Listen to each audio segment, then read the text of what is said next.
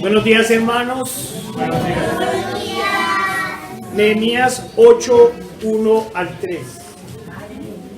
Y se juntó todo el pueblo como un solo hombre en la plaza que está delante de la puerta de las aguas. Y dijeron a Esdras, el escriba, que trajese el libro de la ley de Moisés, la cual Jehová había dado a Israel. Y el sacerdote Esdras trajo la ley delante de la congregación, así de hombres como de mujeres, y de todos los que podían entender. El primer día del mes séptimo, y leyó el libro delante de la plaza que está delante de la puerta de las aguas, desde el alba hasta el mediodía, en presencia de hombres y mujeres, y de todos los que podían entender, y los oídos del pueblo estaban atentos al libro de la ley. Señor Padre Santo, nuestro Dios Todopoderoso y amado, nos ponemos en tus manos, Señor, guía, Señor, este pequeño sermón, Padre Santo, que sea todo conforme a tu palabra, amén. Que sea para la edificación de los hermanos y para tu gloria. Nos ponemos en tus manos en el poderoso nombre de nuestro Señor Jesucristo. Amén. El pueblo de Dios obedece las órdenes de su Hacedor, construyendo la iglesia. Hermanos, recordemos un poco el contexto histórico, o mejor, hagamos un pequeño recuento histórico de estos hechos. Hacía más o menos unos 75 años que el rey Ciro, por orden de Dios, había dado el mandato de reconstruir el templo y la ciudad. Vayamos, hermanos, a Esdras 1, 1 al 3. Nos dice la palabra del Señor. En el primer año de Ciro, rey de Persia, para que se cumpliese la palabra de Jehová por boca de Jeremías, despertó Jehová el espíritu de Ciro, rey de Persia, el cual hizo pregonar de palabra y también por escrito por todo su reino, diciendo: así ha dicho Ciro, rey de Persia: Jehová, el Dios de los cielos, me ha dado todos los reinos de la tierra y me ha mandado que le edifique casa en Jerusalén, que está en Judá. Quien haya entre vosotros de su pueblo, sea Dios con él, y suba a Jerusalén que está en Judá, y edifique casa a Jehová, Dios de Israel. Él es Dios, la cual está en Jerusalén. Hermanos, cuando el Señor ordena, hasta los poderosos reyes impíos deben hacer caso. Precisamente por esto es tan terrible que no pocos, llamándose a sí mismos cristianos, no vivan como Dios manda, ni obedezcan a su palabra, no caminen hacia la santidad y por el contrario hagan caso omiso a los mandamientos que nos dio el Señor. Si uno se pusiera en ese momento histórico, para muchos sería absurdo la orden de Ciro.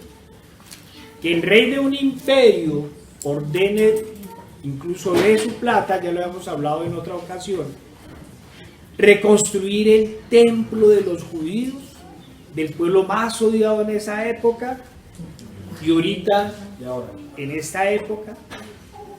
Entonces el rey Ciro ordena y permite que muchos de los cautivos retornen a la tierra prometida a realizar las obras. Esa fue la orden del rey Ciro. Sí, acordémonos, si nosotros vamos a Daniel, que Daniel le clamó al Señor porque se habían cumplido los 70 años de cautiverio para que les diera la salida. Y esa salida la va a ordenar el Señor por mano de Ciro. Todos absolutamente, bueno, todos no, muchos van a ir, van a hacer caso, van a recoger los dineros y van a ir a reconstruir el templo y la ciudad. Pero como siempre, los diabólicos impíos pretenden frenar la obra de Dios. Y por eso durante el gobierno de Darío, el rey siguiente, envían cartas al rey para que no permita que siga la obra, recordando que en tiempos pasados el pueblo de Israel alcanzó gran poder. De esta forma, Los enemigos del Señor y de su pueblo logran hacer detener la obra por orden real. Y sabemos qué consecuencias podría llevar quien desobedeciese esta norma. Llega la norma, la ley, la orden del rey, del nuevo rey todopoderoso, digámoslo así, de cesar la obra. Pero luego de que Ageo y Zacarías profetizaran, eso está en Esdras 5, Zorobabel y Yeshua, junto con los profetas que les ayudaban, reinician la obra sin tener en cuenta la orden del rey ni las acechanzas de sus enemigos. Pensemos en eso. Todos estaban al acecho esperando qué sucedía. Y Ageo y Zacarías con Zorobabel inician la obra. Hay que resaltar que sobre todas las amenazas, las advertencias y los llamados de algunos a someterse a las autoridades, diríamos hoy, Zorobabel reinicia las obras. Sí, hermanos. Recordemos una vez más que las órdenes de Dios están sobre toda orden humana, al igual que sus leyes. Y el Señor, Dios santo, santo, nunca nos ordenará hacer algo malo o perverso. Su palabra es la única que nos conduce al camino angosto que nos lleva a la salvación. Es así como todos ponen manos a la obra. Recordemos que el rey le vuelven a dar quejas y entonces algunos le recuerda al rey que esa orden de reconstruir el templo la había dado Ciro. El rey manda a buscar en los libros, ¿cierto? Y encuentra la carta de Ciro. Pasados 65 años después del regreso de los primeros judíos, o sea, después de que el rey Ciro da la orden, y unos 13 años después de la llegada del sacerdote Esdras, Nehemías, que para ese momento era copero del rey Artajerjes, preguntó a algunos de sus hermanos sobre la situación de los que estaban en Judá. ¿Qué estaba pasando en Judá? Y estos le respondieron. Nehemías 1:3. El remanente, los que quedaron de la cautividad allí en la provincia, están en gran mal y afrenta. Y el muro de Jerusalén derribado y sus puertas quemadas afuera. Los que se fueron estaban viviendo en un muladar, estaban pasando muchas necesidades. Hermanos, ¿qué puede hacer un hijo de Dios cuando escucha que la iglesia está asolada y los creyentes atemorizados? La palabra del Señor nos dice que debemos gozarnos con los que se gozan y llorar con los que lloran. En este caso, Nehemías va a llorar amargamente. Vayamos a Nehemías 1:4-7.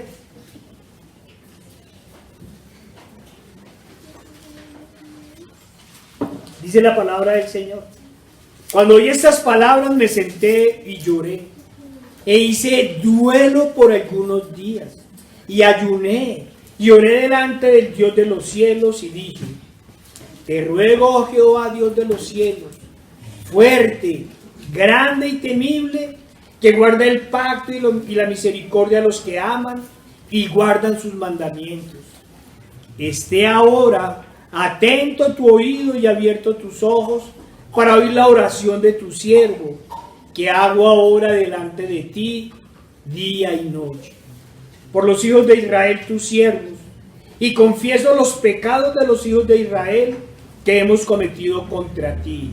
Sí, yo y la casa de mi padre hemos pecado.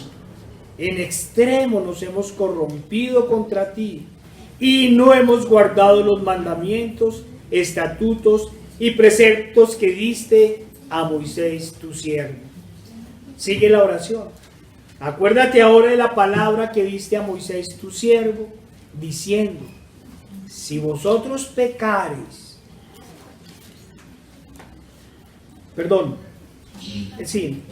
yo dispersaré por los pueblos, Pero si os volvieseis a mí y guardareis mis mandamientos y los pusiereis por obra, aunque vuestra dispersión fuere hasta el extremo del cielo, de allí os recogeré y os traeré al lugar que escogí para hacer habitar allí mi nombre. Hermanos, recordemos que esta profecía fue dada hacia el año 1500 antes de Cristo. ¿Sí?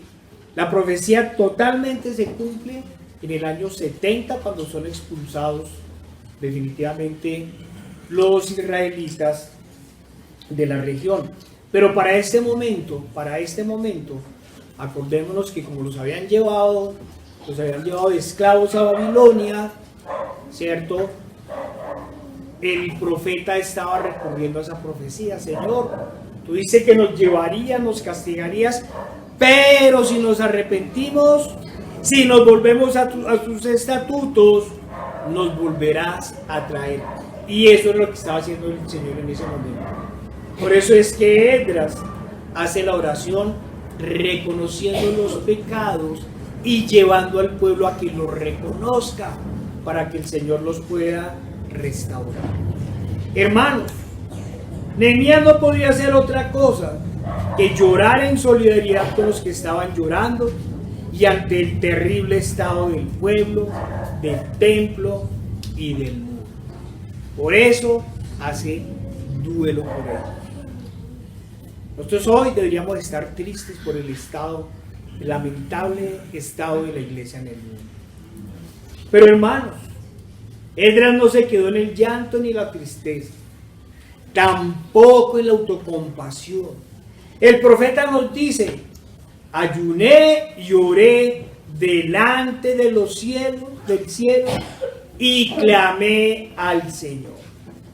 Esto es precisamente lo que debe hacer el pueblo de Dios en la adversidad.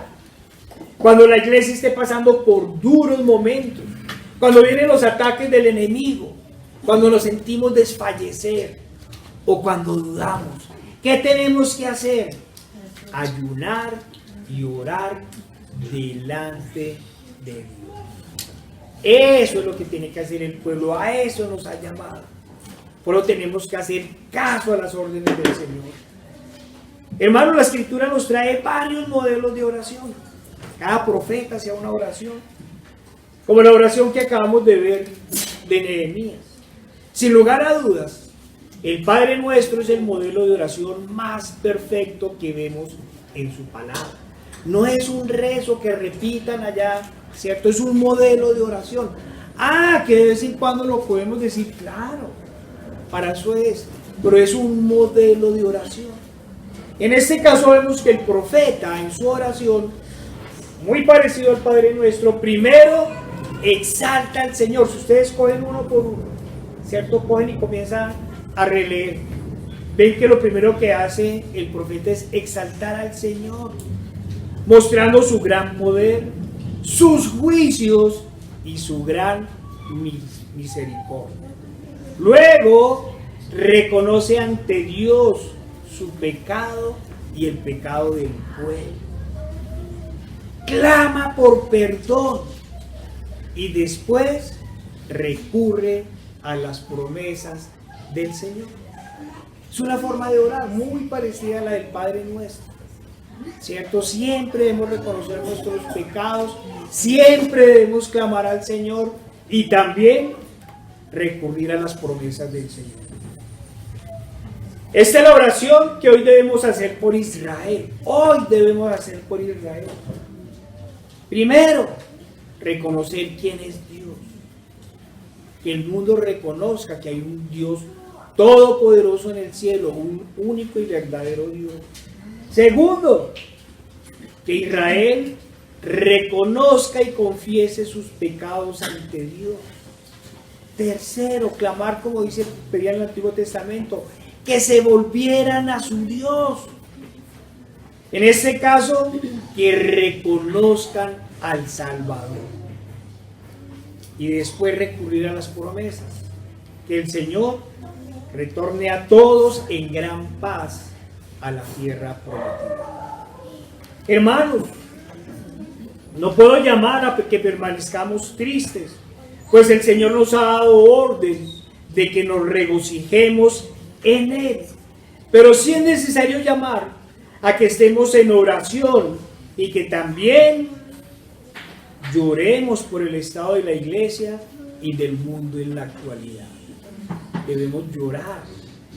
Claro, no nos vamos a quedar en el lamento, porque el Señor también nos llamó a gran regocijo, porque estamos en el Señor. Ese es el regocijo, hermano. No el estado de la iglesia, ese nos genera llanto y tristeza. Pero cuando estamos en Cristo, debemos estar regocijados porque estamos en el Señor. Es imposible no entristecernos y llorar ante tanta tibieza espiritual y tanta apostasía de quienes se dicen creyentes. Con razón el Señor nos dijo que el juicio comenzaba por casa. Es imposible no lamentarnos al ver este mundo cada vez más corrompido y entregado a la inmundicia y a Satanás. Sería imposible no llorar cuando vemos el estado lamentable de nuestros familiares, de nuestros amigos, que no solo no quieren ir al Señor, sino que incluso algunos de ellos están levantados contra el Señor. Y lógicamente, cuando se levantan contra el Señor, se levantan contra sus hijos. Blasfeman el nombre del Señor. Hermanos, ¿qué podemos hacer ante todo esto? Sino llorar, lamentarnos, pero también hacer lo que hizo Nehemías. Orar y clamar al Señor para que les conceda convicción de pecado y arrepentimiento, para que reconozcan su lamentable estado de pecado e inmundicia y el Señor les pueda conceder salvación. Eso es lo que debemos hacer. Nos dice la palabra del Señor en 2 de Crónicas 7:14. Si se humillare mi pueblo sobre el cual mi nombre es invocado, y oraren y buscaren mi rostro y se convirtieren de sus malos caminos, entonces yo iré de los cielos y perdonaré sus pecados y sanaré la tierra. Esta también es la oración que hace Nehemías, que el Señor incline su oído a la oración. En el caso de hoy, la oración debe ser para que el Señor los haga su pueblo. Porque aquí nos está diciendo, si mi pueblo se humillare. El problema es que aún no son pueblo de Dios. Por el contrario, están siendo enemigos de Dios. Voy a volver a repetir. En el caso de hoy, la oración debe ser para que el Señor los haga su pueblo, para que les conceda arrepentimiento y convicción de pecados, y como dice el apóstol Juan, para que les dé la potestad de ser hechos hijos de Dios. ¿Qué otra oración podemos hacer? Que el Señor venga a hacer juicio en la tierra, pero que llene a su pueblo del Espíritu Santo para que nos pueda encontrar como aquellas vírgenes prudentes. Hermanos, sigamos los acontecimientos que veníamos diciendo.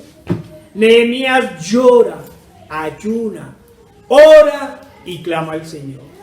Pero es tanto el dolor por las cosas de Dios que ocultar su tristeza era muy difícil. Nos dice Nehemías 2:2. Me dijo el rey, ¿por qué está triste tu rostro? Pues no estás enfermo. No es esto, sino quebranto de corazón. Entonces temí en gran manera. Hermanos, en verdad, ¿cuántas veces hemos llorado, como hemos dicho, por el lamentable estado de la iglesia en la actualidad? ¿Cuántas veces hemos sentido gran tristeza ante tanta apostasía y tanta maldad? Sí, hemos sentido eso.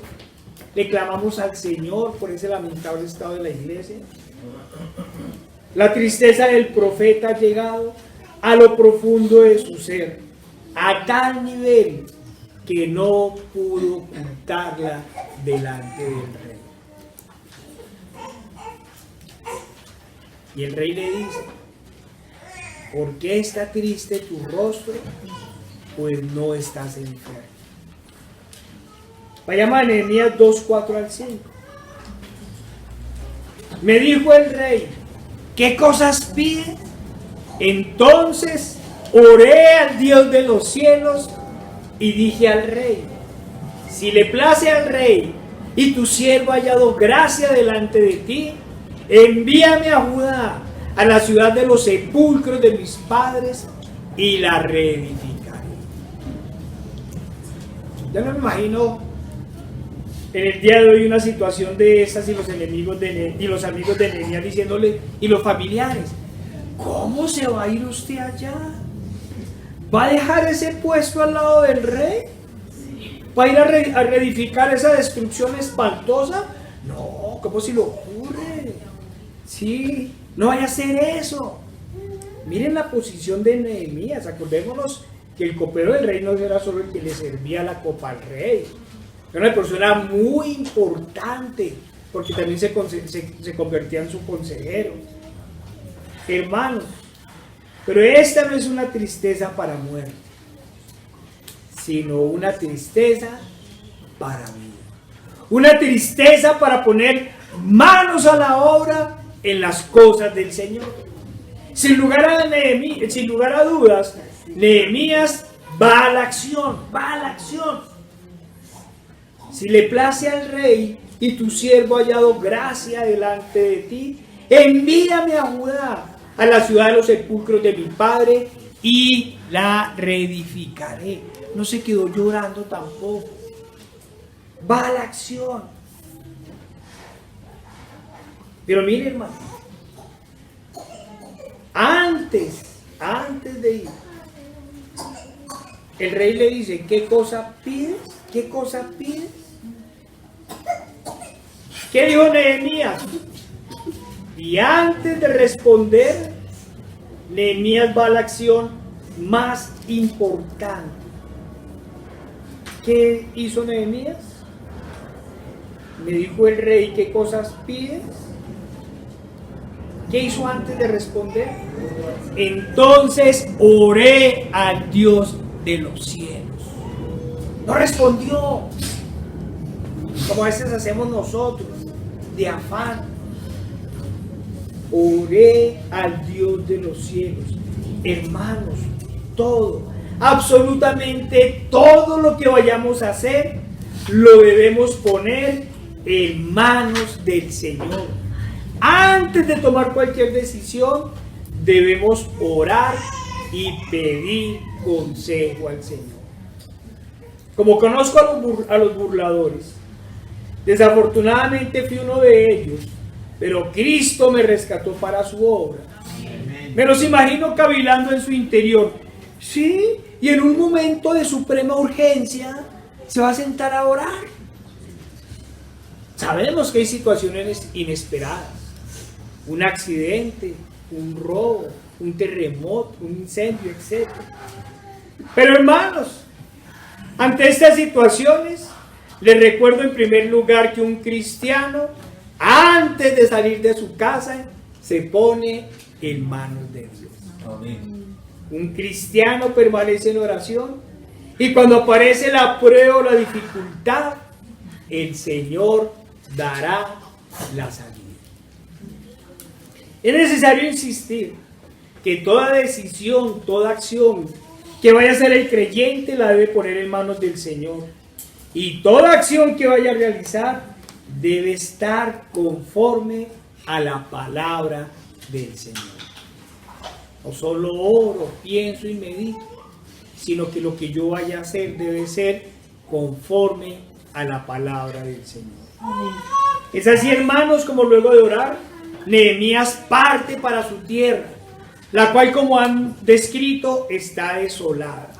Dice, el remanente, los que quedaron de la cautividad, allí en la provincia están en gran mal y afrenta, y el muro de Jerusalén derribado, y sus puertas quemadas a fuego.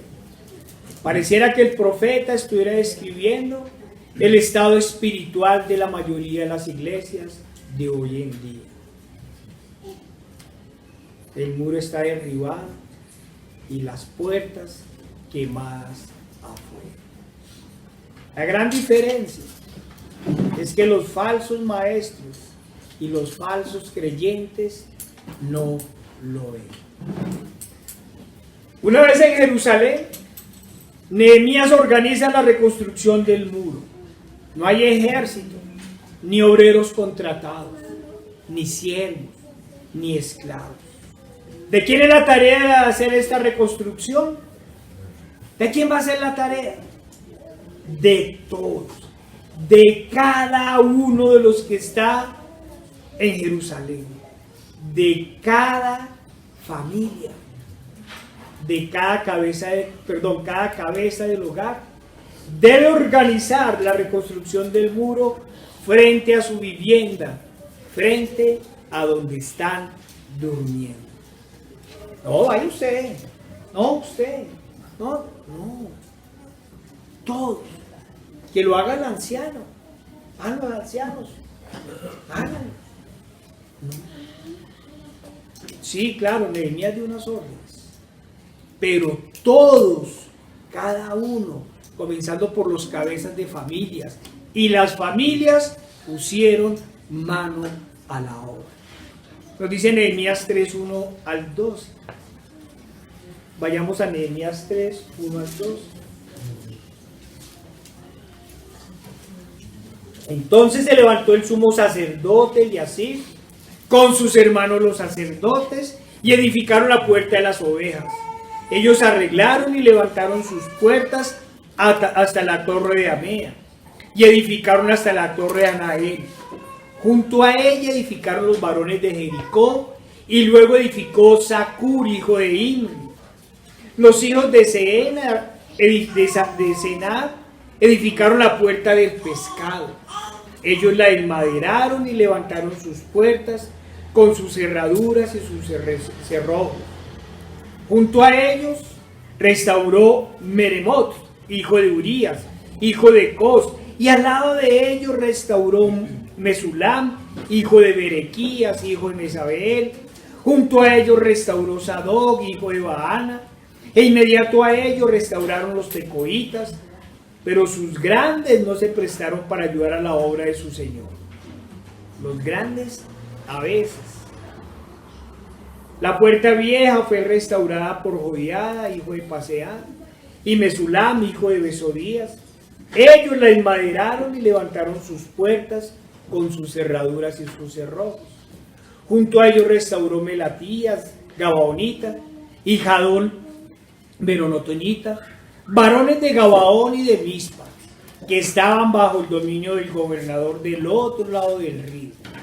Junto a ellos restauró Uziel, hijo de Jarría, de los plateros, junto al cual restauró también Ananías, hijo de un perfumero. Así dejaron reparada Jerusalén hasta el muro ancho. Junto a ellos restauró también Refaías, hijo de Ur, y ahí sigue la historia. ¿Sí? Malaquías, hijo de Arim, y Azud, hijo de Moab, restauraron otro tramo.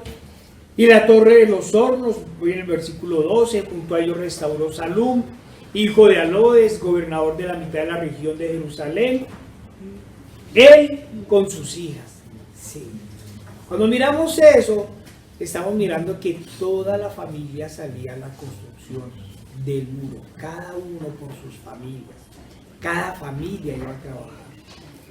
Hermanos, no se ve al profeta ni a los sacerdotes dando órdenes, como se dice popularmente, arriando a la gente.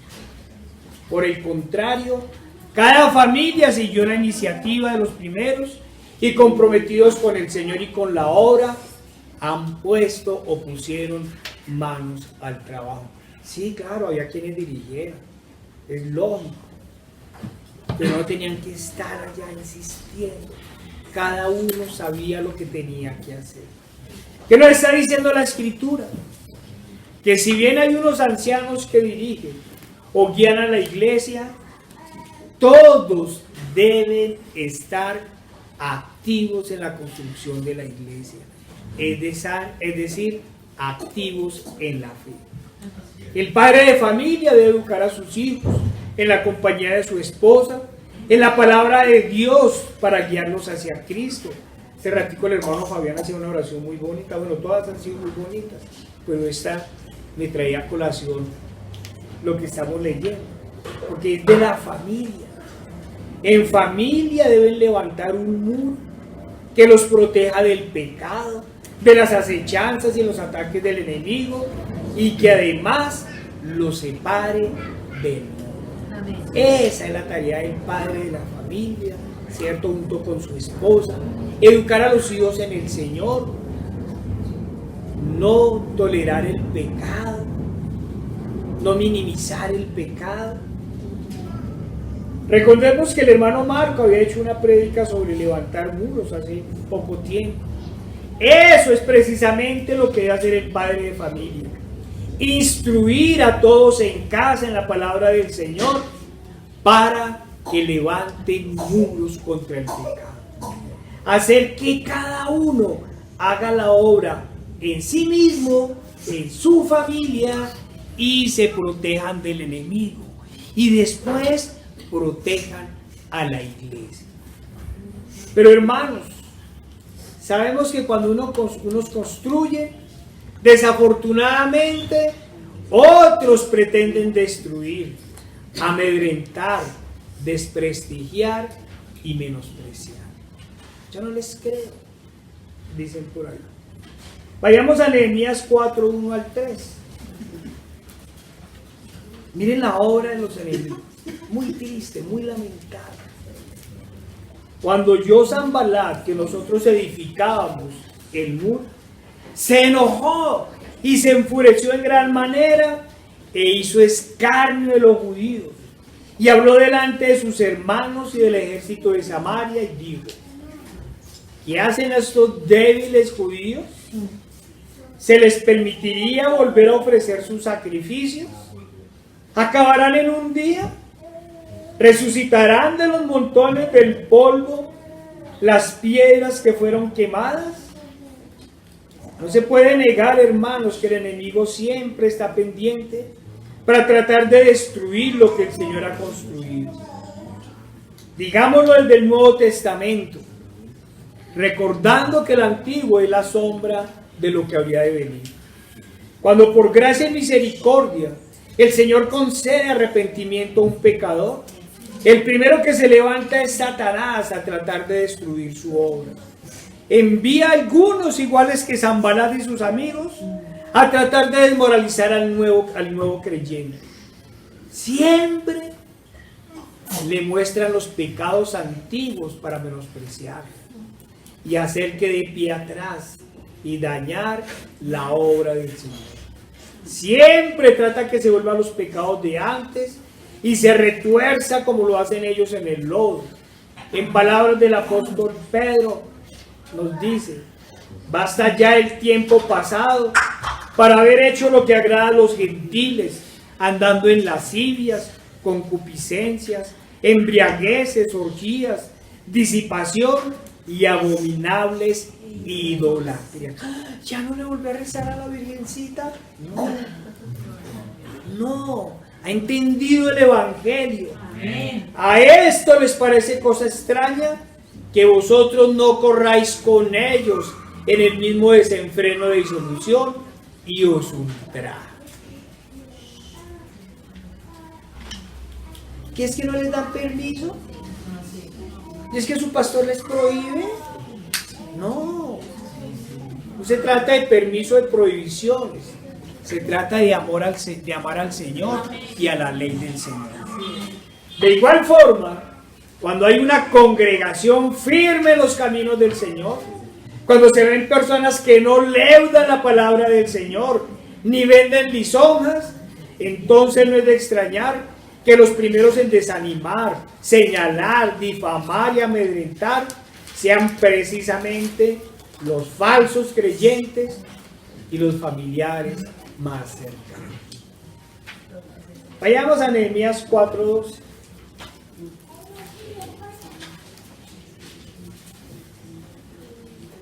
Pero sucedió que cuando venían los judíos que habitaban entre ellos, Nos decían hasta 10 veces, de todos los lugares donde volvieres, ellos caerán sobre vosotros. Los desanimaban. ¿Quiénes eran los que iban a llevar las razones de Sanbalat? Los judíos, los amigos de Nehemías. Vaya, es que lo necesita, vaya. Bueno, decía Nehemías, no tengo por qué ir, estoy ocupado en la labor del Señor. Los enemigos de la fe siempre estarán al acecho, trabajando para dañar la obra de Dios. No quieren que la iglesia se fortalezca y la atacan permanentemente. Como Satanás, andan como leones rugientes mirando a quién devorar. En este caso, a quién desanimar. Y continúa la escritura. Y conspiraron todos a una para venir a atacar a Jerusalén y hacerle daño. Entonces, oramos a nuestro Dios. Se sentaron a llorar, ni salieron corriendo, ni se asustaron, ni se amedrentaron. Oramos a nuestro Dios y por causa de ellos pusimos guarda contra ellos de día y de noche. Hermanos, pongamos guarda contra nuestros enemigos, oremos por ellos y saquemos la espada de dos filos, que es la palabra del Señor. Amén. El pueblo nuevamente hace lo que debe hacer en primer lugar: arrodillarse y orar a Dios, clamar, ponerse en las manos del Señor y confiar que Él perfeccionará la maravillosa obra que ha comenzado en nosotros. Eso es lo que debemos estar seguros, que si somos fieles, el Señor será fiel y perfeccionará esa maravillosa obra que ha hecho en nosotros. Nos dice la Escritura: velad y orad para que no entréis en tentación. Sí, hermanos, por todo esto, no solo debemos ser constructores del muro, sino además defensores del muro. No podemos permitir que nadie venga a destruir lo que el Señor nos ha ayudado a levantar. Amén. Y es cada uno, cada familia. A cada niño hay que darle la herramienta, al hombre, a la mujer, y todos en congregación, hermanos. Amén. En pocas palabras, todos debemos ser, como decíamos, protectores, constructores de la iglesia, entendida esta no como el edificio de ladrillo y cemento, sino como la reunión de los creyentes. Cada uno de nosotros es constructor de la iglesia. Cuando oramos los unos por los otros, cuando estamos pendientes los unos de los otros, cuando el amor entre todos crece, cuando tenemos claro que hacemos parte del cuerpo de Cristo y trabajamos en oración y en la lectura de la palabra para fortalecernos cada día más. Amén. Hermano, ¿te consideras parte del cuerpo de Cristo? Preguntemos. ¿Oras permanentemente para que la congregación se fortalezca cada día más en el Señor y en su palabra? ¿Amas a tus hermanos como lo ordena el Señor? ¿Defiendes a la iglesia cuando es atacada?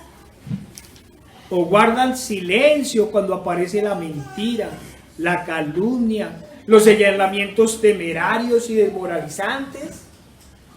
¿Sales con la espada de dos filos a responder los ataques del enemigo?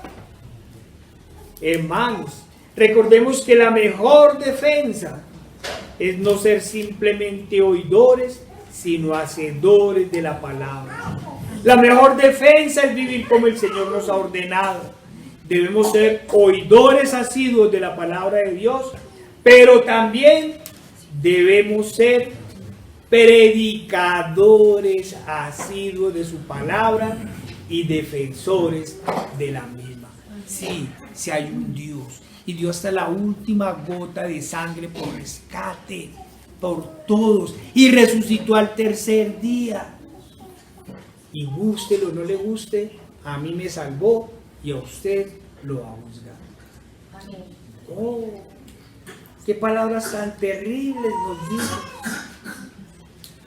Hermanos, el Señor no nos llamó a quietud, ni a guardar silencios cómplices y cobardes frente al pecado, a la blasfemia, ni a los permanentes ataques en contra del Evangelio.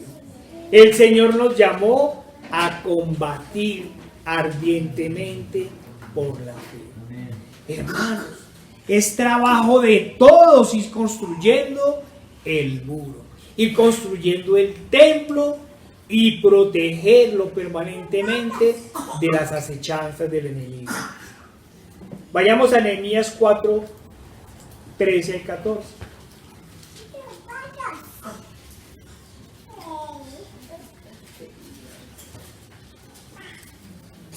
Entonces, por las partes bajas del lugar, detrás del muro y en los sitios abiertos, decía, puse al pueblo por familias, con sus espadas, con sus lanzas y con sus arcos. Puse al pueblo por familias. Sí, hermano, todos debemos hacer defensa de la fe. Todos debemos combatir contra el pecado y las falsedades. Todos debemos proclamar la palabra del Señor y fortalecer la congregación, fortaleciendo la familia en la palabra del Señor. Como lo hemos repetido muchas veces, en esta época de apostasía, de tibieza espiritual y de amor por el mundo y por las cosas que están en él, a muchos les suena dura esta palabra. En su falsa fe llena de lisonjas, piensan que pueden ser creyentes y vivir inmersos en el mundo. Dura esta palabra, le dijeron al Señor. El Señor les dijo, ¿y alguno más quiere irse? Algunos han sentido temor ante los ataques del César y se han entregado a él. Se han arrodillado ante él. Otros, atemorizados de quedar solos en la lucha, han hecho caso al anticristo de turno y han comenzado a tender puentes, como lo señalaba en su sermón que decíamos el hermano Marco. Puentes que socavan y debilitan los muros de la iglesia. Parafraseándolo, es necesario que nos preguntemos frente a estas acechanzas del ecumenismo.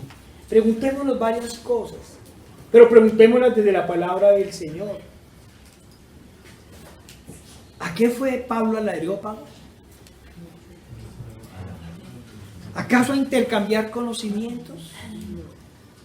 ¿A aprender de la filosofía y de la mitología griega? Para, como dicen algunos, tomar lo bueno y desechar lo malo. Fue a mirar qué aprendía de filosofía para poder explicar la palabra del Señor. Fue a mirar qué ideas habían en común. Oh, miremos que no que nos separa, sino que nos une. No, hermanos, fue a predicarle la palabra de Dios, a hablarles de arrepentimiento, de muerte y resurrección. Amén. No fue a congraciarse con ninguno, ni mucho menos a leudar el evangelio. Fue a hablarles de los juicios de Dios. Fue a mostrarles el pecado de su idolatría, a hablarles del único y verdadero Dios, del creador del cielo y de la tierra, y les dijo, el cual juzgará al mundo con justicia. Fue a hablarles de aquel que se levantó entre los muertos. Fue a construir el muro, a levantar un templo. A eso fue. A eso nos llama el Señor. A construir y defender el muro de la fe. A predicar y defender su palabra. A no permitir herejías ni evangelios leudados. A combatir toda lisonja que diga paz, paz. Porque la palabra del Señor nos dice que no hay paz para el impío. Clamemos por la paz de Jerusalén. Sí, a ninguno nos gusta la guerra. La aborrecemos. Pero no puede haber paz sin el principio de la paz. Hay que orar, clamarle al Señor, para que prontamente les conceda arrepentimiento y con el arrepentimiento les pueda dar paz. Decía David, y hemos tenido paz por todas partes, porque estaban andando en el camino del Señor. En la fe, hermano, en la fe, en la religión, como le quieran decir, se es o no se es. No hay términos medios. La escritura es clara, solo hay un camino, solo hay un Dios, solo hay un mediador, solo hay un nombre que es sobre todo nombre, en que podemos ser salvos, en Cristo Jesús.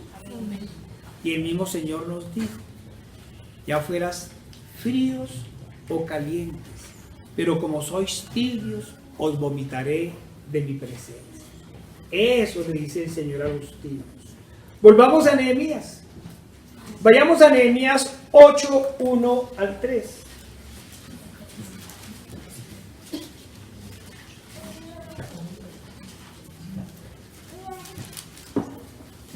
Nos dice la palabra del Señor. Y se juntó todo el pueblo como un solo hombre en la plaza que está delante de la puerta de las aguas. Y dijeron a Esdras el escriba que trajese el libro de la ley de Moisés, la cual Jehová había dado a Israel. Y el sacerdote Esdras trajo la ley delante de la congregación, así de hombres como de mujeres, de todos los que podían entender, el primer día del mes séptimo.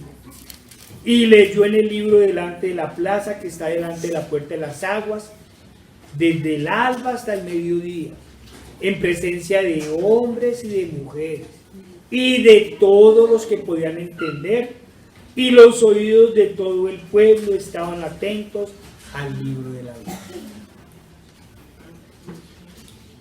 Hermanos, mi propósito en realidad hoy era hablar de dos cosas: del pueblo de Dios y de la palabra de Dios. Pero en realidad una cosa es lo que uno piensa y otra la que el Señor dispone. Pero miremos que siempre nos ha estado hablando de esa relación, del pueblo y la palabra de Dios. Lo habíamos dicho en otra prédica. Nehemías no se fue solo a construir la palabra, a edificar el muro y el templo. Nunca actuó solo. Tenía una tarea. Y dice, y se juntó todo el pueblo como un solo hombre en la plaza que está detrás de la puerta de las aguas, y dijeron a Esdras el escriba que trajese el libro de la ley de Moisés. El pueblo, los sacerdotes y sus dirigentes. La escritura siempre nos ha hablado de un pueblo. En el Antiguo Testamento nos habla en un inicio del pueblo de Israel y luego de los duros juicios por el pecado de Judá. Por eso les llamamos judíos. Con la aclaración siempre en las palabras del apóstol Pablo, que no todo nacido en Israel es israelita. Entonces nos dicen, todos los judíos son salvos. ¿Han creído en Cristo? Es el único camino para llegar a la salvación. Así es. También nos hablaban que solo un remanente será salvo. Pero el Señor siempre nos ha hablado de un pueblo, y en eso tenemos que insistir. De un grupo de personas, de familias reunidas. Para el caso de Nehemías nos hablaba de todos los que habían regresado del cautiverio. Hoy nos hablan de la iglesia, de los reunidos por la gracia y misericordia de nuestro Señor Jesucristo y bajo la autoridad de su nombre. Vayamos al Nuevo Testamento, Hechos 2:36 al 46.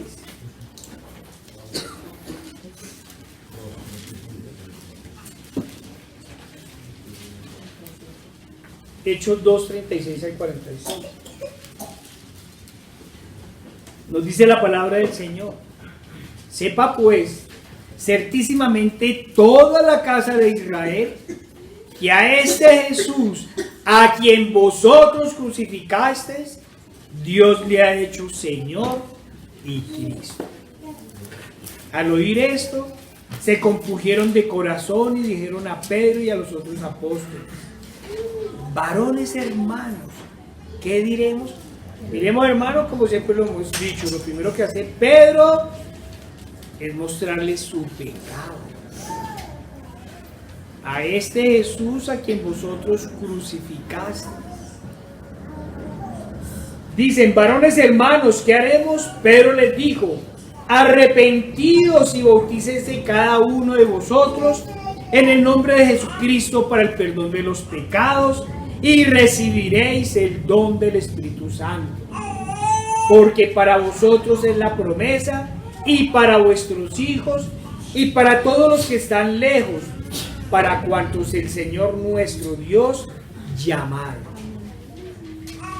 Y con otras muchas palabras testificaba y les exhortaba diciendo: sed salvos de esta perversa generación. Así que los que recibieron su palabra fueron bautizados, y se añadieron aquel día como 3,000 personas. Y perseveraban en la doctrina de los apóstoles, en la comunión unos con otros, en el partimiento del pan y en las oraciones.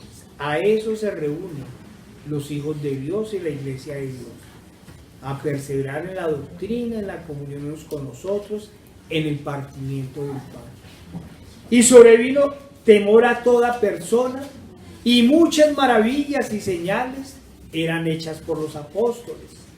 Todos los que habían creído estaban juntos y tenían en común todas las cosas, y vendían sus propiedades y sus bienes y los repartían a todos según la necesidad de cada uno, y perseverando unánimes cada día en el templo y partiendo el pan en las casas, comían juntos con alegría y sencillez de corazón, alabando a Dios y teniendo el favor con todo el pueblo. Y el Señor añadía cada día a la iglesia los que habían de ser salvos. ¿Qué clamarle al Señor para que se repitan parte de estos tiempos? Que cada día el Señor añada a la iglesia los que han de ser salvos. Amén. Nos dice en Efesios 2:11-14: por tanto, acordaos de que en otro tiempo vosotros, los gentiles en cuanto a la carne, erais llamados sin circuncisión por la llamada circuncisión, hecha con mano en la carne. En aquel tiempo estabais sin Cristo, alejados de la ciudadanía de Israel y ajenos a los pactos de la promesa, sin esperanza y sin Dios en el mundo. Así estábamos nosotros hace unos años, sin esperanza y sin Dios. Pero ahora, en Cristo Jesús, vosotros que en otro tiempo estabais lejos, habéis sido hechos cercanos por la sangre de Cristo, porque Él es nuestra paz, que de ambos pueblos hizo uno, derribando la pared intermedia de la separación. Saltemos al versículo 19. Así que ya no sois extranjeros ni advenedizos, sino conciudadanos de los santos y miembros de la familia de Dios, edificados sobre el fundamento de los apóstoles y profetas, siendo la principal piedra del ángulo Jesucristo mismo, en quien todo el edificio bien coordinado va creciendo para ser un templo santo en el Señor, en quien vosotros también sois juntamente edificados para morada de Dios en el Espíritu. Como hemos dicho, hermanos, el Señor nos habla de un pueblo, y ese pueblo ahora es su iglesia. Nos dice que de los dos hizo un solo pueblo. Nosotros hacemos parte de ese gran pueblo, del pueblo del Señor.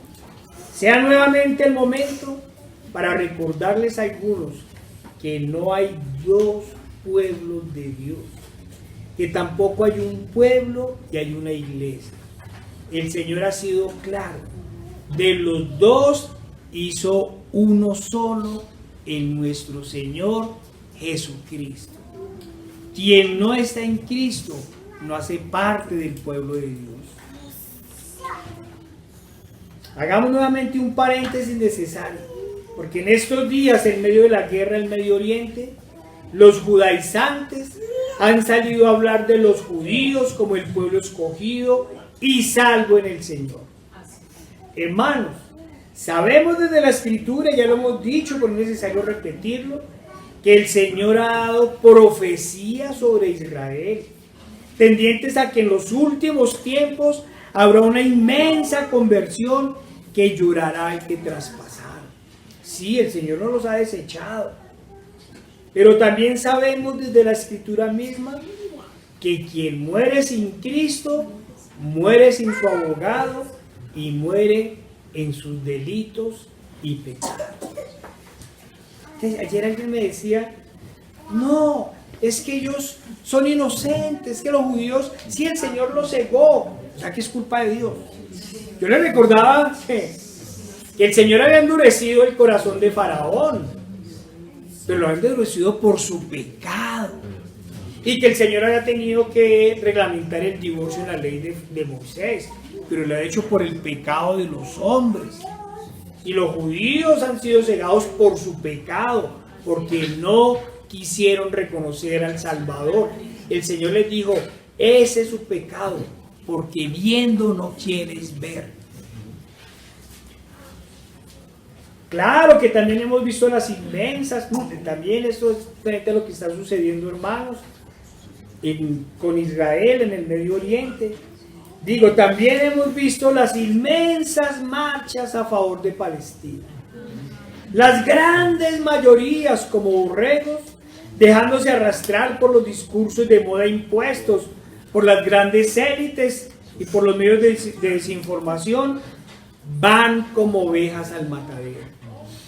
En su gran ignorancia y en su guerra contra Cristo, porque esto, hermanos, es una guerra contra el único y verdadero Dios, vemos todos apoyando a Palestina. También hemos visto, y lo hemos dicho, como el movimiento LGTBI, X, Y, Z han salido a dar su apoyo irrestricto a Hamas. Los mismos que con todo gusto los fusilarían si vivieran en sus fronteras. Y salen todos esos pecadores. Vivieran en territorio de Hamas, los habían fusilado a todos.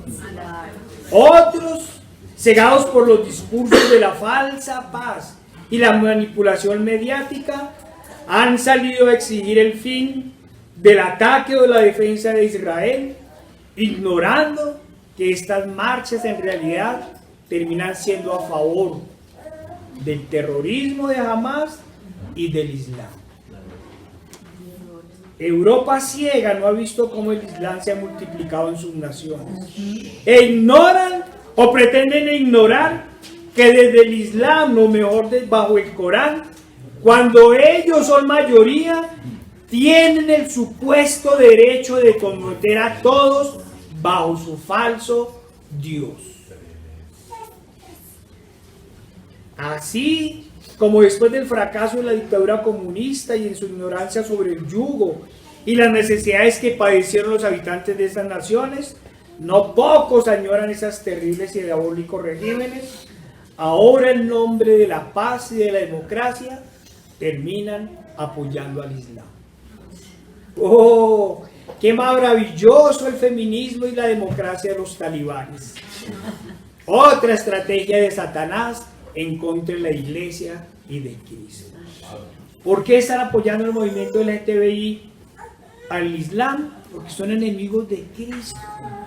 ¿Por qué toda esta ideología liberal, progresista, está apoyando al Islam?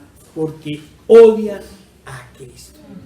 Ellos no se imaginan qué sería de ellos en manos del Islam.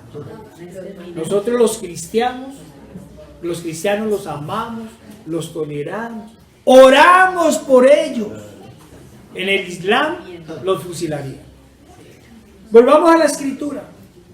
El Señor siempre ha escogido un pueblo bajo su autoridad. En el Antiguo Testamento fue la descendencia de Abraham, pero como el Señor siempre cumple sus promesas, y también había dicho que en Abraham serían benditas todas las naciones de la tierra, bajo esta promesa y por medio de Cristo, ha escogido un remanente de todo pueblo, lengua y nación, a quien llamamos iglesia. Y esta, valga la redundancia, es la reunión de las familias. Eso nos muestra la Escritura. Por eso, como también lo hemos dicho y lo vamos a recalcar, el otro ataque del enemigo es precisamente en contra de la familia como núcleo de la sociedad. Destruyendo la familia, destruyen la iglesia. Sin familias no hay iglesia y ellos lo saben. Por eso, hermanos, la construcción del muro se hace construyendo familias sólidas en Cristo. Amén. Y esa familia tiene un papá, una mamá y unos hijos. A no ser que hayan viudas, sí, pero no es de él con él, ella con él. No, eso no es familia. Eso es pecado.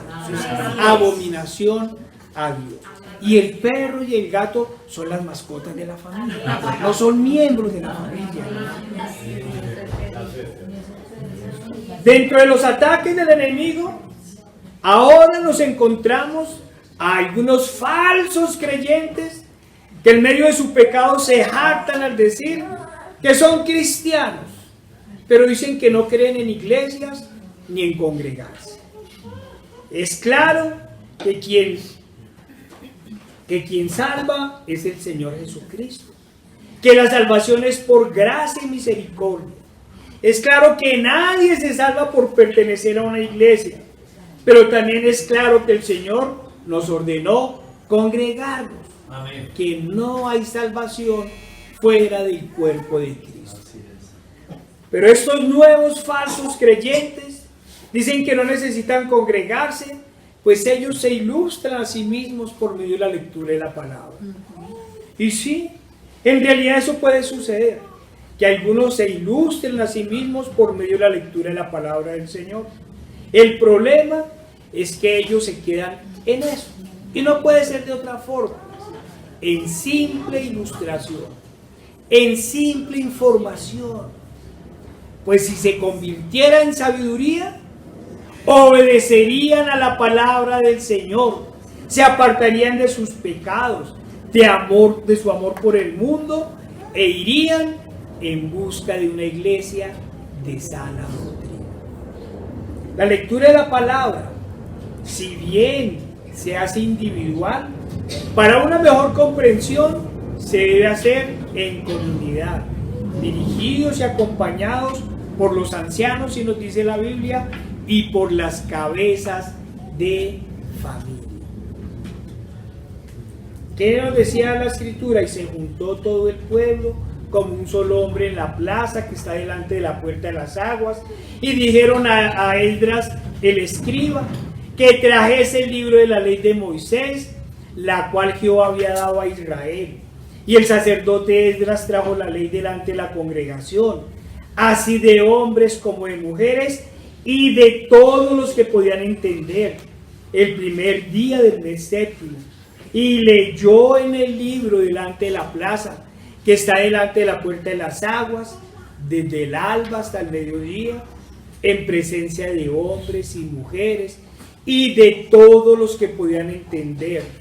Los oídos de todo el pueblo estaban atentos al libro de la ley.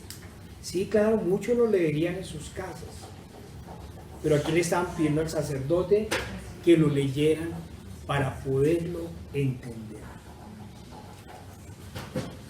Sí, hermanos, la mejor lectura de la palabra que se hace en medio del pueblo de Dios, que es la iglesia. Y por eso el Señor repartió dones y talentos, y con ello también repartió tareas y oficios, no jerarquías. no puso a unos encima de otros, ¿cierto? Ni repartió riquezas. Repartió dones y talentos y con ellos tareas y oficios. Vayamos a Efesios 4, 11 al 15.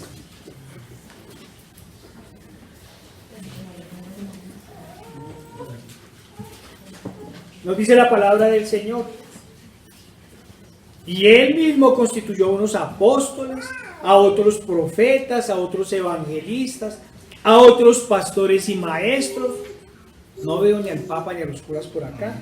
A fin de perfeccionar a los santos para la obra del ministerio, para la edificación del cuerpo de Cristo. Miren, hasta que todos lleguemos a la unidad de la fe y del conocimiento del Hijo de Dios, a un varón perfecto, a la medida de la estatura de la plenitud de Cristo, para que ya no seamos niños fluctuantes, llevados por doquiera de todo viento de doctrina, por estratagema de hombres que para engañar emplean con astucia las artimañas del error, sino que siguiendo la verdad en amor, crezcamos en todo en aquel que es la cabeza, esto es Cristo.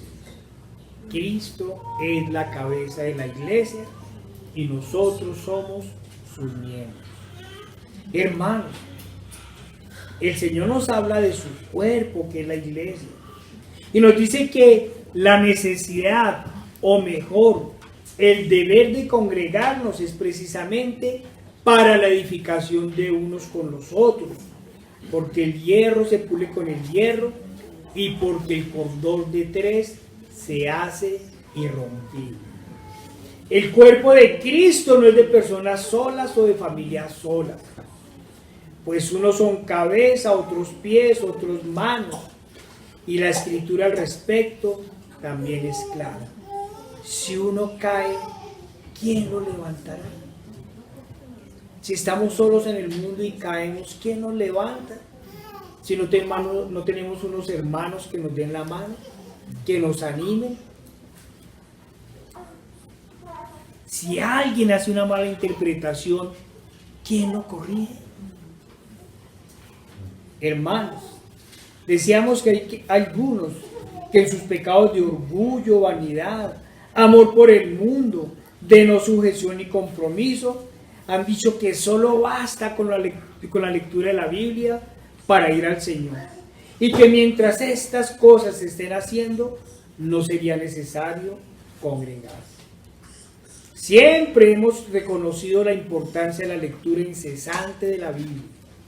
Es una de las cosas que más promovemos en esta iglesia para el conocimiento pleno del Señor, para que haya comunión con Él por medio de la lectura de su palabra, para que todos en la edificación del muro seamos como los de Berea, que escudriñen las escrituras y no sean fácilmente engañados, para que no terminen precisamente bajo cualquier viento de doctrina. Todo esto es correcto, pero la edificación personal y familiar en la palabra de Dios no se puede tomar como excusa para no obedecer al Señor, para no congregarnos, pues el Señor nos llama no solo a ser oidores, sino hacedores de la palabra de Dios. El pueblo de Dios obedece las órdenes de su hacedor, y el Señor nos ha llamado a reconstruir el muro y el templo, a defenderlos de todos los enemigos y de todas las herejías. Amén. Cuidado, hermanos, con esas nuevas revelaciones, porque son nuevas revelaciones. Esos engaños de que no necesitamos congregarnos para ir al Señor son solo excusas de quienes no quieren sujetarse ante nadie ni comprometerse con nadie, menos aún con el Evangelio. Cuando vemos a quienes están en estos nuevos vientos de doctrina, lo que nos encontramos son con personas amadoras de sí mismos, amadores del mundo y de las cosas que están en él, que creen que ser cristiano tan solo es proclamarse como tal, leer las escrituras pero no vivir como ellas nos ordenan, sino vivir, perdónenme la expresión, como se les viene en gana. Son los que más hablan del no me juzguen. Ustedes no conocen mi corazón. Estamos en el tiempo de la gracia, no de la ley. Aunque esta herejía también ha hecho parte de la falsa doctrina de otras iglesias. Estos, por lo general, son los creyentes cibernéticos, que solo participan en debates pseudoacadémicos, pero que viven como ellos quieren, bajo sus normas y su voluntad, no bajo las normas y la voluntad del Señor. Regresemos a la cita base, Nehemías 8, 1 al 3. Y se juntó todo el pueblo como un solo hombre en la plaza que está delante de la puerta de las aguas, y dijeron a Esdras el escriba que trajese el libro de la ley de Moisés, la cual Jehová había dado a Israel. El sacerdote Esdras trajo la ley delante de la congregación, así de hombres como de mujeres, y de todos los que podían entender, el primer día del mes séptimo. Y leyó en el libro delante de la plaza que está delante de la puerta de las aguas, desde el alba hasta el mediodía, y vuelve a insistir, en presencia de hombres y de mujeres, y de todos los que podían entender, y los oídos de todo el pueblo estaban atentos al libro de la ley. Así deben estar nuestros oídos siempre, atentos al libro de la ley. Se reunió el pueblo como un solo hombre y pidieron a Esdras que le leyera el libro y la ley de Moisés. Recordemos que es una historia parecida a cuando encontraron el libro de la ley en la época de Josías, en donde se reunió todo el pueblo a escuchar la palabra de Dios.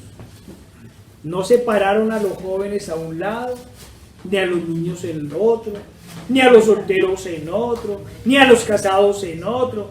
No hicieron ministerio de jóvenes, ni iglesia infantil, ni nada de esas tradiciones de hombres que se han instaurado en la iglesia moderna. Se reunieron todos a escuchar la palabra del Señor. Amén. Pero lo hicieron bajo la guía de Esdras, de Nehemías y de los levitas. Hay alguien que acompaña, hay alguien que orienta. Y Nehemías, el gobernador, nos dice en Nehemías 8:9, y el sacerdote Esdras, escriba, y los levitas que hacían entender al pueblo, dijeron a todo el pueblo. Aquí ya hay una variación. Dijeron a todo el pueblo: día santo es a Jehová nuestro Dios. No os entristezcáis ni lloréis, porque todo el pueblo lloraba oyendo las palabras de la ley.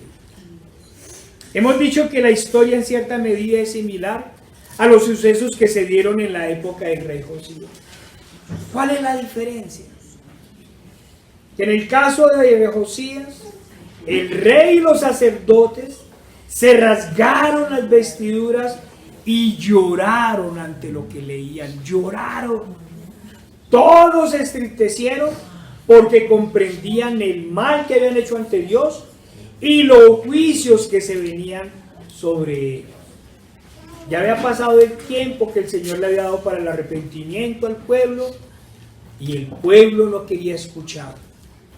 Ya la sentencia estaba dada y venían los juicios de Dios. Eso nos recuerda, hermanos, en el caso de nosotros, que mientras hay vida, hay esperanza. Pero el pueblo estaba muerto en sus delitos y pecados, y les llegaba el justo juicio de Dios. Los primeros que comprendieron que eran momentos de gran lamento fueron el profeta, los sacerdotes y el rey. Y así se lo hicieron saber al pueblo, a ese pueblo que bebía y comía y se daba en casamiento, sin importarles lo que hacían.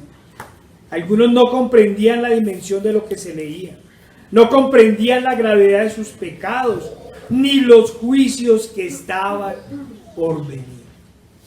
En nada nos diferenciamos a lo que está pasando hoy en día. En el caso de Nehemías, el pueblo lloró y se entristeció por sus pecados, Y es claro que no podía ser de otra forma. Cuando vemos nuestra inmundicia y cómo hemos ofendido con ella a nuestro Creador, no podemos hacer nada diferente a llorar de dolor. Pero este no era el momento para permanecer en llanto ni en dolor. El sacerdote Esdras, escriba, y los levitas, que hacían entender al pueblo, dijeron a todo el pueblo: día santo es a Jehová nuestro Dios, no os entristezcáis ni lloréis. Hermanos, eran momentos totalmente diferentes. En la época de Josías, los juicios de Dios venían, la sentencia ya estaba dada. Para la época de Nehemías, los juicios de Dios se habían dado. El castigo había sido infligido y precisamente estaban saliendo de él. Estaban saliendo de la cautividad. Y si bien, como siempre, era necesario que el pueblo comprendiera la gravedad de sus pecados, este momento no era para quedarse en la tristeza, ni para romper las vestiduras, ni permanecer en luto, sino era momento de regocijo, porque era un día santo de Jehová, porque era el día de la reconciliación con Dios. Porque el pueblo, por medio de sus profetas, ya había clamado perdón al Señor y comenzaba el momento de la restauración. ¿A quiénes les dio el Señor luz para poder entender esos precisos momentos? Al sacerdote Esdras, los levitas y los cabezas de familia. Sí es necesaria la lectura individual, hermanos, pero no podemos apartarnos de la iglesia. Es en la iglesia donde el Señor nos dice cuál es cada momento. Mire que habían dos momentos diferentes. En los dos momentos se leyó la palabra y la ley del Señor al pueblo, pero un momento era para llanto y el otro era de regocijo. Al día siguiente, nos dice Nehemías 8:13, se reunieron los cabezas de las familias de todo el pueblo, sacerdotes y levitas, a Esdras el escriba, para entender las palabras de la ley. Yo puedo leer la palabra de la ley y entenderla, pero también debo reunirme con mis hermanos a compartir la palabra de la ley y mirar si lo que estamos diciendo es conforme al Señor. La Escritura nos muestra que si bien todos debemos leer la Escritura y estar atentos a ellos, el Señor ha puesto algunos para instruirnos aún mejor. Y observemos que aún ellos la leían en grupo. Al día siguiente se reunieron los cabezas de familias de todo el pueblo, sacerdotes y levitas. Esta es la importancia de congregarse, el edificarse unos a otros en el pleno conocimiento de la palabra. Esta es la forma de construir el muro y el templo en comunidad. Un individuo solo, una familia sola, fracasaría en la obra y sería atacada por el enemigo, desviada y destruida. Pero hermanos, algunos deberían dirigir la obra y animar al pueblo para que no se desanimara ante las circunstancias y ante los enemigos. Esos eran el sacerdote Esdras, Nehemías y las cabezas de familia. No se puede negar que el Señor ha dado más sabiduría y entendimiento a algunos, que son los llamados a instruir mejor, que son los llamados desde la palabra del Señor a conducir el rebaño. Esto no quiere decir que sean ellos solos los llamados a leer y a interpretar la Escritura, como dicen algunos. No, todos debemos leer la Escritura y pedir al Señor que nos dé entendimiento, porque otros se van al otro extremo. Es que yo no leo la palabra del Señor porque es que no entiendo. ¿Qué nos dice la palabra del Señor? Y si alguno de vosotros tiene falta de sabiduría, pídala a Dios, el cual da a todos abundantemente y sin reproche, y le será dado. Es claro que el Señor nos da entendimiento para comprender su palabra e ir a Él.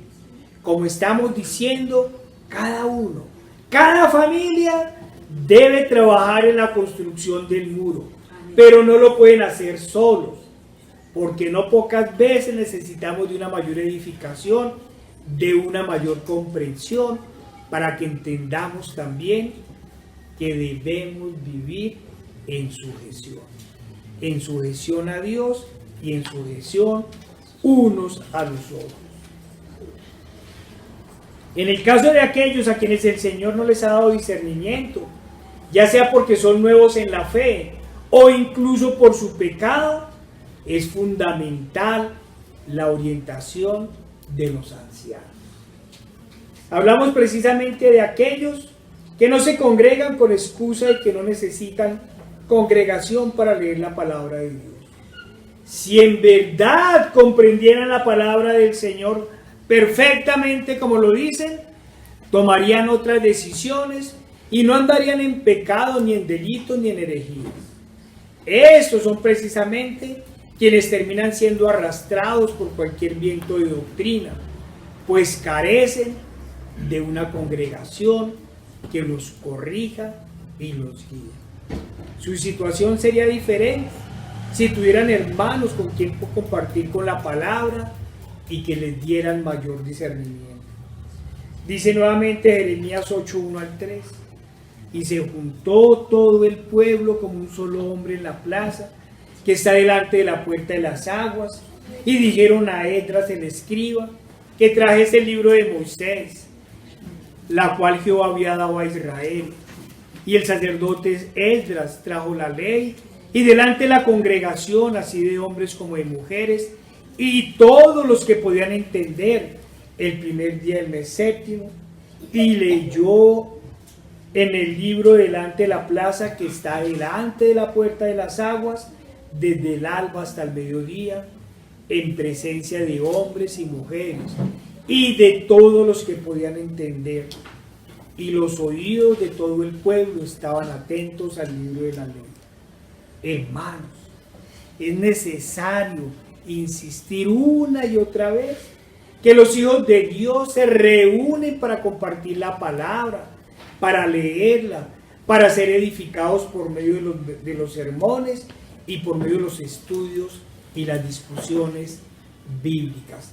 Por eso hemos leído una y otra vez la cita base, porque el pueblo se reúne, no se esconde cada uno en su casa. La congregación es el lugar privilegiado para escuchar la palabra del Señor, en donde una y otra vez nos deben recordar de dónde nos rescató el Señor. En el Antiguo Testamento una y otra vez le recordaban cómo lo libró el Señor con gran poder de la esclavitud en Egipto, de cómo lo sustentó por 40 años en el desierto, de cómo les dio la victoria ante sus enemigos y los introdujo en la tierra prometida. Una y otra vez vemos cómo el Señor los libraba de enemigos poderosos, pero también una y otra vez el Señor nos muestra los juicios que Él hizo al pueblo por su desobediencia. En pocas palabras, las bendiciones y las maldiciones prometidas desde el principio de los tiempos. En el Nuevo Testamento vemos el cumplimiento de la mayor promesa dada desde los inicios, la promesa del Salvador.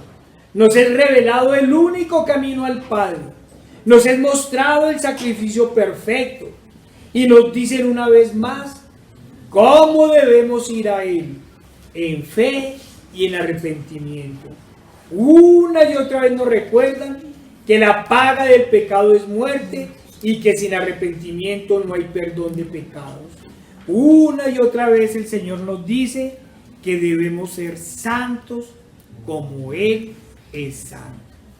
El Señor siempre habló al pueblo, siempre envió profetas que llevaran su palabra, siempre envió emisarios para que el pueblo en manos del Señor hiciera la obra, para que el pueblo de Dios obedeciera las órdenes de su Hacedor, para que el pueblo de Dios, juntos con sus guías enviados por Él, construyeran como un solo hombre la iglesia, la reunión de los fieles, que cada cabeza de familia enseñara a sus hijos a hacer la mezcla y a poner los ladrillos, que cada anciano animara al pueblo y dirigiera la obra, y que unos con otros, unidos por el amor de Cristo, se edificaran en el conocimiento del Señor y en la entrega total a Él.